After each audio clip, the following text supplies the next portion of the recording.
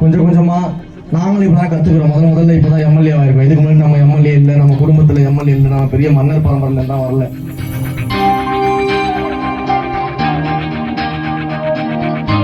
தலைவர் சொன்னது போல எல்லாரும் ஒண்ணுதான், எல்லாரும் சமம் தான். உங்களுக்காக வேலை செய்ய தான் வந்திருக்கிறோம், நேர்மையா வேலை செய்ய வந்திருக்கிறோம், ஊழல் செய்யாம வேலை செய்ய வந்திருக்கோம், உங்களை சவுண்டாம வேலை செய்ய வந்திருக்கோம், உங்களை ஏமாத்தாம வேலை செய்ய வந்திருக்கோம்.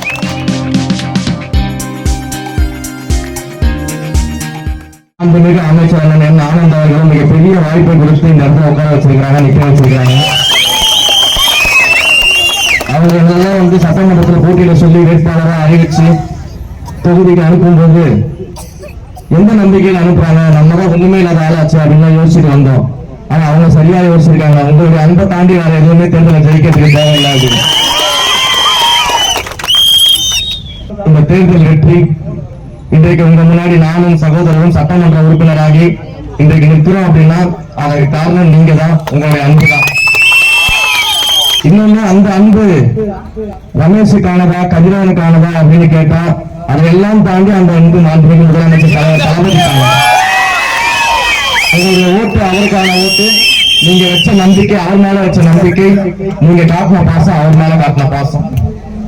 அப்ப அதை எந்த இடத்துலயும் கொஞ்சம் கூட சிதைக்காம, எந்த இடத்துலயும் உங்களை ஏமாற்றாம, உங்களுக்கு தேவையான அனைத்தையும் செய்து கொடுப்பதற்கு தான் நாங்க எல்லாம் இங்க இருக்கிறோம். பெருசா எம்எல்ஏ எல்லாம் பாகுபாடுலாம் பார்க்க வேணாம். நம்ம எல்லாரும் ஒண்ணுதான்.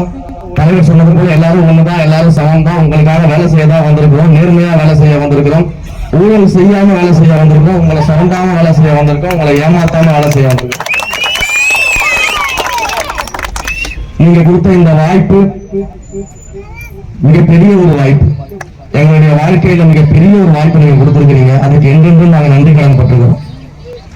தேர்தல் பிரச்சாரத்தின் போது நாங்க என்னென்னலாம் வாக்குறுதிகள் கொடுத்தோமோ அத்தனை வாக்குறுதிகளையும் இந்த 5 ஆண்டு காலத்துல மிக சிறப்பாக நிறைவேற்றி முடிச்சுட்டு தான் அடுத்த தடவை ஓட்டு கேட்க வருவோம். எதையுமே நிறைவேற்றாம திரும்ப அடுத்த தடவை ஓட்டு கேட்க வந்து நிற்க மாட்டோம்.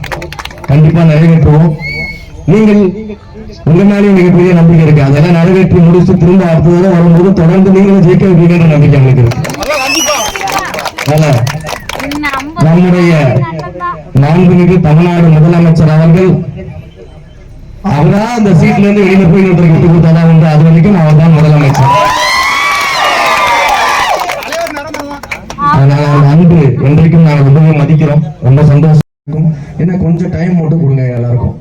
ஏன்னா இப்பதான் ஆரம்பிச்சிருக்கிறோம். கொஞ்சம் கொஞ்சமா நாங்களும் இப்பதான் கத்துக்கிறோம். முதல்ல இப்பதான் எம்எல்ஏ ஆயிருக்கோம். இதுக்கு முன்னாடி நம்ம எம்எல்ஏ இல்லை, நம்ம குடும்பத்துல எம்எல்ஏ இல்லை, நம்ம பெரிய மன்னர் பரம்பரையில தான் வரல. சாதாரண குடும்பத்துல எம்எல்ஏ ஆயிருக்கிறோம். ஒரு வாய்ப்பு கொடுத்துருக்கிறீங்க. கொஞ்சம் கொஞ்சமா கத்துக்கிட்டு இருக்கிறோம். நிச்சயமா லேர்ன் பண்ணிக்கிட்டு ஒவ்வொன்றா உங்களுக்கு தேவையான அத்தனை விஷயங்களும் செய்யறதுக்கு கொஞ்சம் டைம் மட்டும் கொடுங்க. உங்களுடைய கோரிக்கைகளை சொல்லுங்க, மனுவா எழுதி கொடுங்க. அதையெல்லாம் வாங்கி பார்த்து நிறைவேற்றதுக்கு கொஞ்சம் டைம் மட்டும் கொடுங்க. நிச்சயமாக அடுத்த 5 ஆண்டுல மிக சிறப்பாக செயல்படக்கூடிய எம்எல்ஏக்கள் பட்டியலில் நானும் சகோதரரும் இருப்போம். அது மாற்று கருத்து இல்லை.